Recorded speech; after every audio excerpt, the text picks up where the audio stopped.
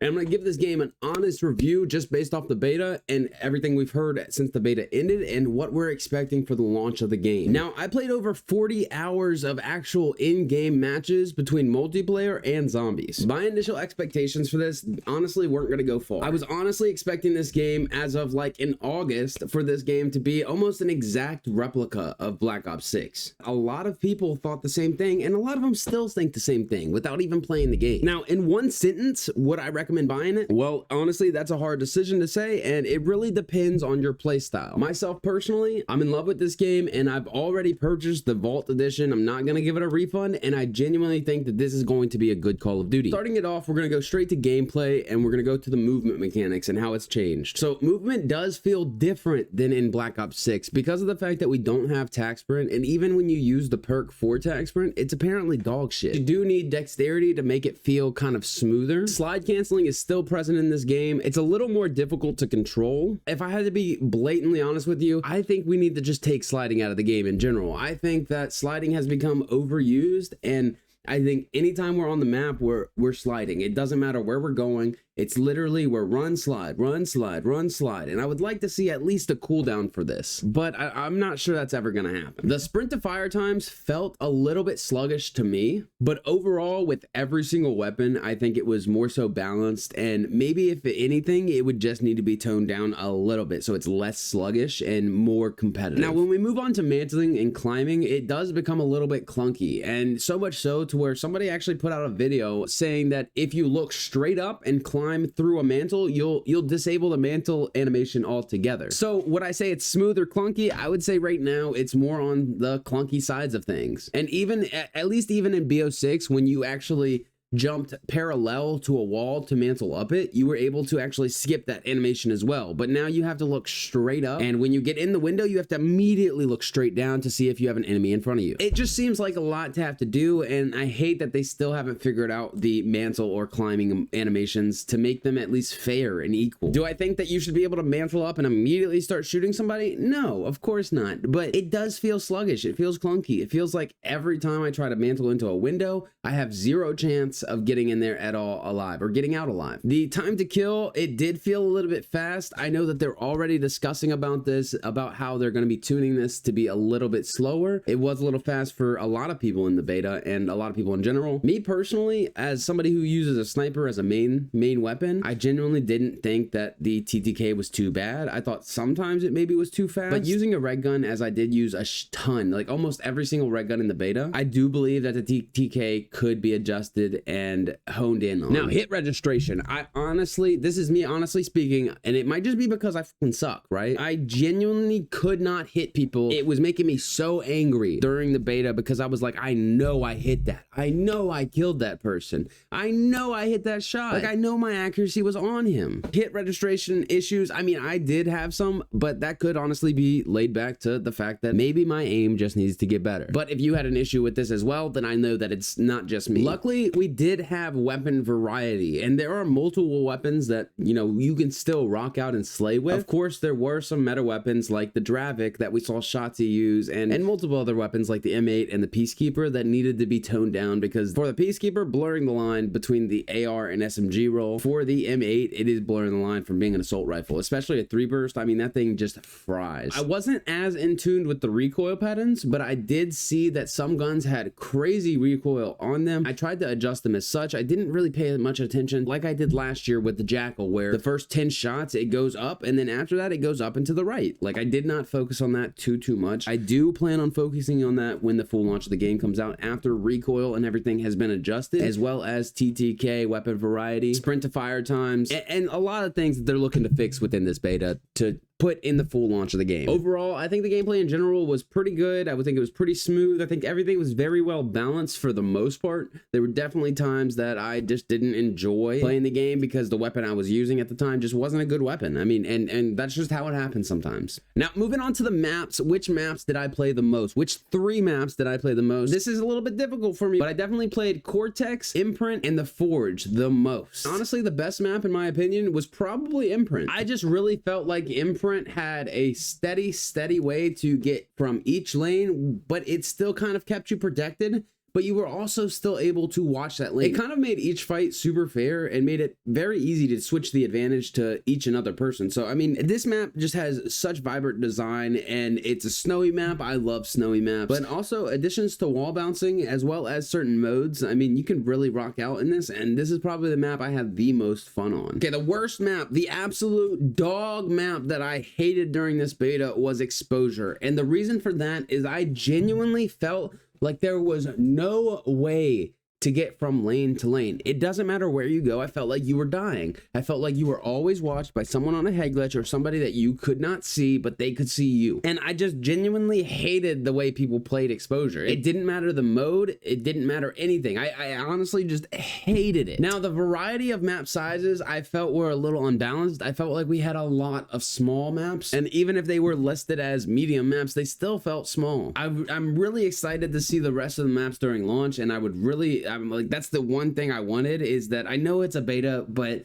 the maps do get old after a while, and even though I could play them time and time again, it's having those 18 maps that are going to be good. And the fact that I was able to say, hey, you know what, 3 of these maps in the beta were 100% my favorite, and this is only 6 of the maps of the 18 coming to launch in the game. I mean, it was okay. A lot of the maps did feel super similar, but at the same time, they were vibrant. They were 3 lanes, and they made for quick action. The spawn logics were predictable for the most part in certain modes, but sometimes the modes were just whack, and the spawns were just back and forth and back and forth and back and forth, and it was just not a fun time. It just felt like I was running across to the other side of the map to then now have to run to the other side of the map for it to do it again and back and forth, and it just felt like a lot of running and not getting a lot of kills for me. And that could have been just the fact the routes and everything that I was taking and everything kind of around that, but I genuinely felt like I did not understand the spawns at all for most of these maps, unless it was on certain different game modes. What did you think of the maps, and what was your favorite map? What was your least favorite map? Make sure you leave that down in the comment section below, because I'd love to hear your opinion on it. Now, moving on to weapons, dude, weapons and loadouts, the top 3 weapons that I used were definitely the VS Recon. The sniper was the #1 weapon that I used during the beta. The next weapon was the Peacekeeper. I absolutely love the Peacekeeper. I loved it back in BO2. I'm glad that they brought it back. I'm excited for this game to kind of balance it and hopefully keep it treated well, because during the beta, it was an absolute monster. I was destroying people with that thing. Probably the 3rd and final weapon that I used the most, it would probably be the Dravik, because I did get moments where I was frustrated and people were beating me because I was sniping, and I was like, you know what? These kids aren't winning this shit. I'm gonna pull out my Dravik. I'm gonna shit on him real quick. My buddy's gonna pull out his Dravik. We're gonna shit on him real quick. I know there was one game, he went like 75 and like 19, and I was like 55 and 20. Like, there's times where we started sniping and it just frustrated the hell out of us, but we had to come back and show these kids that we ain't gonna eat their shit like that. Any weapons that felt broken or overpowered, definitely the Dravik, and 100% the Peacekeeper,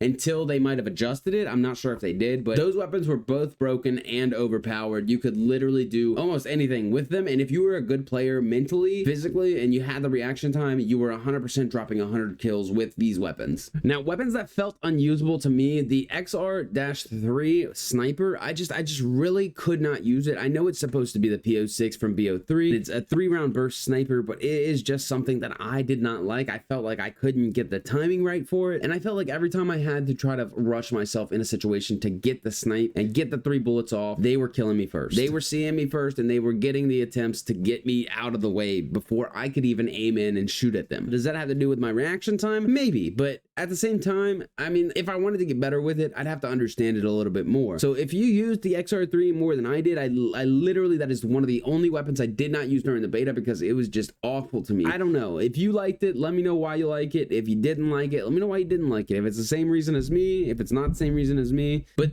I mean, even with the weapons, what was your most used weapon, and what was your favorite weapon? If it's the same thing, you can say the same thing, but if they're different, let me know. I would like to know. Moving on to the attachment system, we kind of talked about this a little bit. Instead of bringing a pick 10 system, we're having weapon tuning. This means that we have over 50 plus attachments for each weapon that we can use to try to make them the best that they can be for our personal playstyle. Now, the attachment system had a bunch of improvements, a lot of downgrades, and we have a lot of knowledge on this from past years of Call of Duty, where the past, I think, 3 years, we've been doing weapon tuning instead of pick system. It's a little bit irritating, but it honestly makes it to where each weapon has more weapon variety because you're using different attachments than somebody else. And you can honestly play well with different attachments. You don't have to have the same attachments as everybody else, and you could still do super well inside the game. Now, I do enjoy this because then we have the fact that we hopefully will not be seeing the best class setup for this, and hopefully we'll be seeing more of, you know what, I tried this, and more things that we're actually having fun in Call of Duty. Like, I just want to go back to when, you know, we had funny moments, we had trick shotting,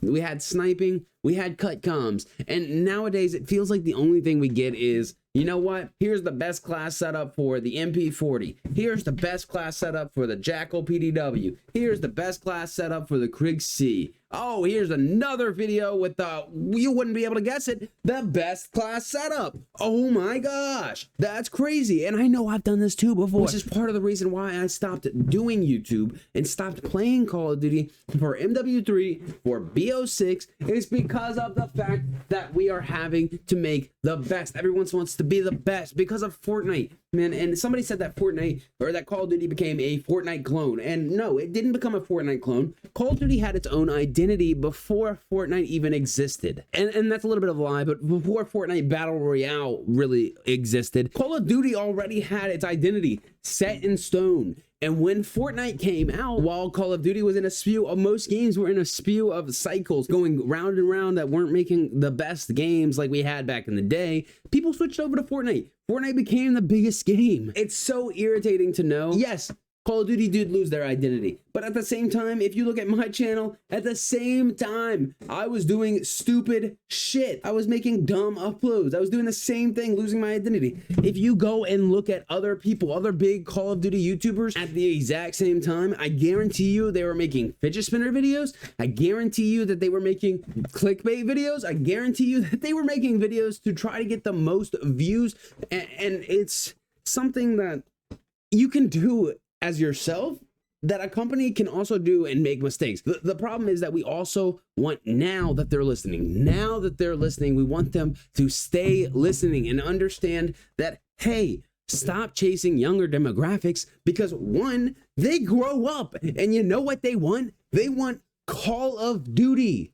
They want a game that forces them to be competitive, forces them to get better. And it's just so irritating to know that yes, Call of Duty did go down the line of losing themselves, of chasing money, chasing views, chasing micro purchases, microtransactions, literally everything. Do I think that microtransactions are going to be here forever? They might be. I mean, it is what it is. They've already adapted to it. They need to generate income, and especially with how much hate is on Call of Duty right now. Now, could they realistically put these bundles and add-ons that they usually add into the game without actually forcing a different identity on Call of Duty? Yes, they could also do this. And this is where we want to get them to. We want to make sure that they are listening to us and the community unequivocally. And that's why I'm so big on giving out feedback and criticism, especially to the game. And even myself, I haven't done this for the past 3 years. I spent 3 years of my life just sitting here thinking, okay, this Call of Duty is going to be good, and if it's not, that's okay. The next Call of Duty is going to be good. And I did that again and again. And I'm at the point now where I don't care if Call of Duty is good. I just want them to listen so that we can get them to a point where the Call of Duty will be good. Warzone ruined a lot because Blackout was great, but then Warzone came and it was just a totally different game. It's not the same game, and I understand why they did it, but at the same time, it just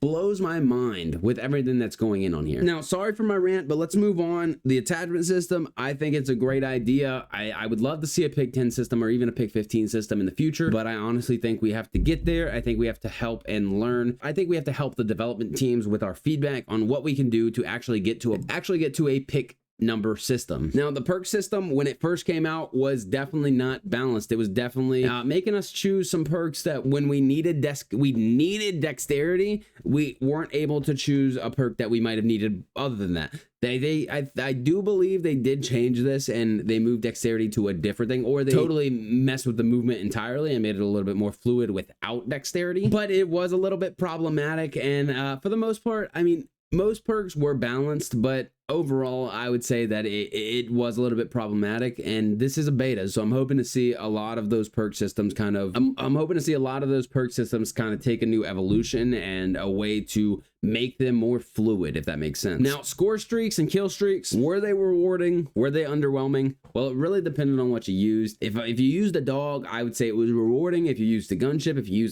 used most of these, I would say that they were 100% rewarding. But then you have stuff like the HKD that you used, and honestly, the HKD was like hit or miss. Like, you could get a lot of kills, or, you know, people could just shoot them. And I mean, that's how it is with dogs too. You expect to get way more kills than you, especially if you're going on a streak like that. Now, going for nukes, the big streak, a 30-0 right there. Right, that is something that I think is super well balanced. I think it's very, very difficult for people to get a nuke. Honestly, it makes it even more rewarding when you do get it. So, and me personally, since I have a hard time getting streaks, when I did get streaks, I felt more rewarded, but I also have a hard time using streaks because I don't like getting kills with streaks, and that's just a personal thing. I have a hard time using them. Overall, let me know what your favorite weapon was. Let me know what your least favorite weapon was, what your idea and opinion on the attachment system is, and I want to know what your opinion on the perk system and the score streaks are as well. Your maybe favorite or least favorite, or just your opinion on it in general. I would like to hear from you. Now, moving on to the game modes and the content of the game. The game modes in multiplayer that were allowed, we did have a open mosh pit, which had classic BO2 matchmaking without SBMM. And this mosh pit included TDM, kill confirm, domination, hardpoint, and overload. So we had 5 modes in this. And then we also had open mosh pit for hardcore with the same modes in that as well. We did also have just mosh pit with SBMM and testing how that would go. And then we had search and destroy added in with no SBMM. And then the next day they added in with SBMM. And then they took it out again just to test and see how people were playing and if they were leaving lobbies, if more people were playing the SBMM versus the BO2 matchmaking.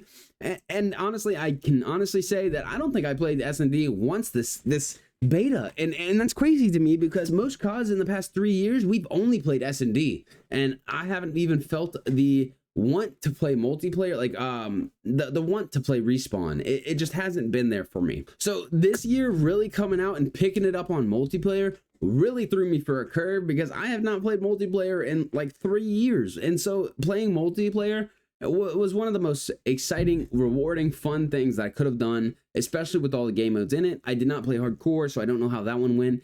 But for the, I didn't find any cheaters. I didn't find any unbalanced modes. Even with no SBMM, it felt completely balanced. Yes, there was games I got shit on, but there was also games where I dominated and slayed. And it was the fact that I didn't have to absolutely sweat my absolute dick off every single game just to go positive or just to have fun. I genuinely felt like I could just hop in a game, talk to my buddies, hit record, have fun, and see where the game took us. If it was bad, it was bad. If it was good, it was good. But honestly, I would say that there was nothing wrong with the matchmaking. Once they switched it to the BO2 matchmaking versus on the region and took out SBMM or minimally considered SBMM, I genuinely felt like I had the most fun. I felt addicted. I felt like it had that factor of, you know what, let's play one more. Let's play one more. Let's play one more. Keeping me up until 6 or 7 in the morning almost every day of this beta playing this game. You're definitely more rewarded when you're playing OBJ just because you'll be able to get your streaks faster, but when you're actually slaying, it does feel rewarding as well. So I would say both of them do feel rewarding, and it's hard to say which one is more rewarded, but if you find yourself being a good OBJ player, you're gonna get rewarded. If you find yourself as a good slayer, you're gonna get rewarded. And this is something I'm looking forward to for ranked play because usually it's one or the other, and now it's both. You're both really getting rewarded, and I'm hoping that the hidden MMR and the ranked play system with the SR does get a little bit touched and a little bit honed in on to make it a little bit better so that you don't get as hard stuck as much. Because if you get hard stuck, there's really no reason for you to be able to get better. Because even if you do get better, you're hard stuck. And speaking from personal, I was hard stuck in Gold 1 last year, and I got better and forced myself to get up to Plat 3 because I was earning 20 SR a game. It didn't matter how many I won. It didn't matter how many I won in a row. I won up 10 in a row by myself. And eventually, yes, I did get to Plat 3, gaining plus 20 SR every game.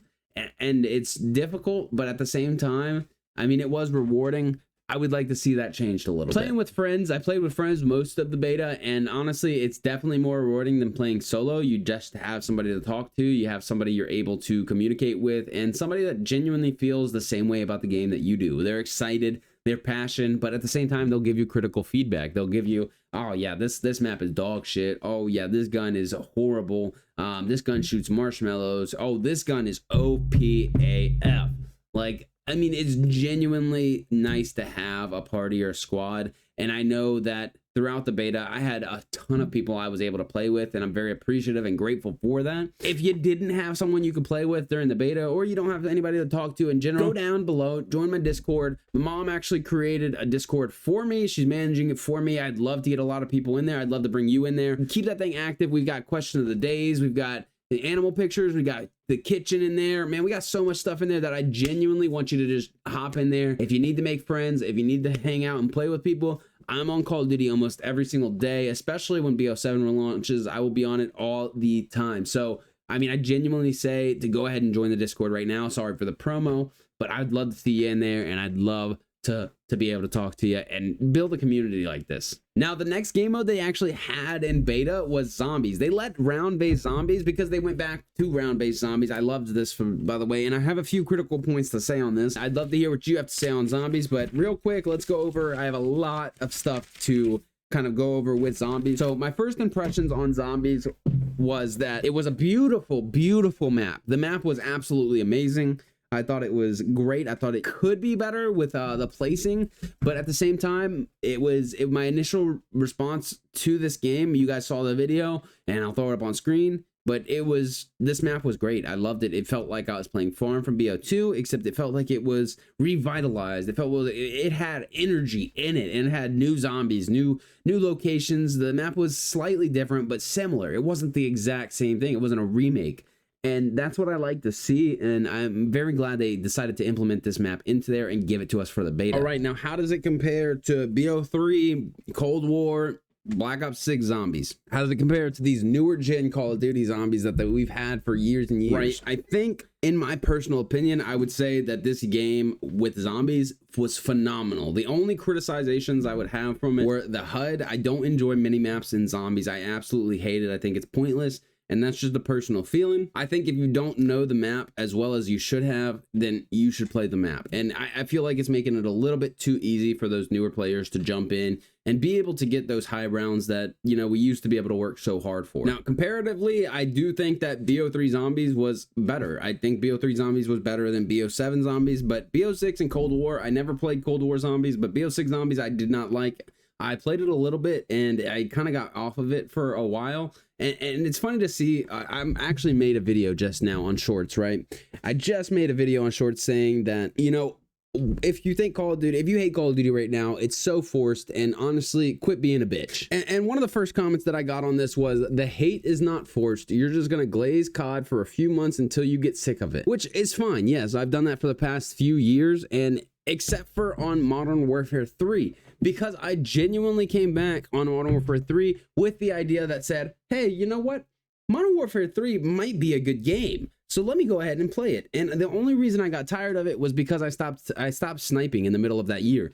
I did not enjoy sniping as much as I have in previous years. I also felt like that I loved Call of Duty, but not for the same reasons that a lot of other people hated Call of Duty. And so I decided to push myself out further to enjoy ranked play, to play multiplayer, to use red guns, to play zombies. Like, I literally did everything, especially with this beta. And when this game drops, I'll be playing campaign too. Like, I will literally do everything to show everybody on this channel that I do genuinely enjoy Call of Duty. The reason I play Call of Duty is not to glaze COD. It's because I do genuinely enjoy Call of Duty, and at their core, they're still trying to figure out who their demographic is and what they want, because they lost themselves. And their demographic is those people that played this game during BO2. That's their demographic. That 1 million plus people online on Black Ops 1, on Black Ops 2, when the game peaked. Like, I mean, it is genuinely one of those things where we have to work towards. You cannot build this overnight, especially when you lose your identity. It's like starting over, but at the same time, now you have trust issues. Maybe I'm too forgiving.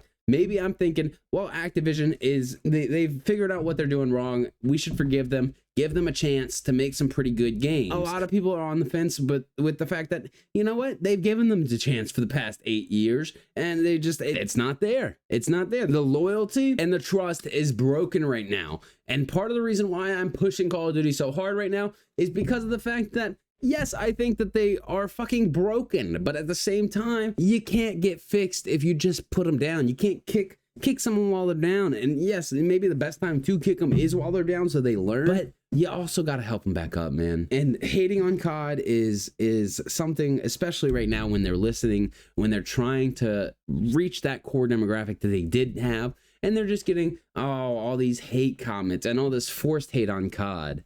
They cannot do anything with that feedback because it's not feedback, it's just hate. Now, if you want to be somebody that hates COD, and that's fine, but if you have nothing constructive or, you know, proactive to give to them or feedback to give to them, then hating on COD really is forced, and you're just bandwagoning. And that's all I have to say to you for that. I honestly, I could go on for hours and hours. I've played all the bad CODs. I chose not to play the good CODs. I did not play Cold War. I played all these other bad Call of Duties, did not play Cold War. You think that, you know, I don't understand how you feel? I do understand how you feel, because of the fact that I have been in the position that you've been in, where I did not trust Treyarch, I did not trust Activision, I did not trust Infinity Ward, I didn't trust Sledgehammer. And honestly, I quit playing Call of Duty for years. And so then when MW3 came out, I was like, well, shit, here comes Call of Duty back in black, and we're getting it back on track. And for the past 3 years, we have been pushing and pushing and pushing. And when Call of Duty finally breaks, thanks to another first-person shooter coming into the scene, and they're like, oh shit, we have competition, we might want to start listening to our community and the feedback that we're getting, that's when everybody's like, you know what, well, Call of Duty, find yourself a new fucking demographic, because we don't want you. What other game are you gonna play? Are you gonna go play Battlefield? You're not gonna get the same feeling. It's ridiculous from me. And I mean, I'm crashing out a little bit here. It's just crazy to me how you can love Black Ops 2 so much, with everything that was happened in that game, everything that was patched during that game that you loved at the time.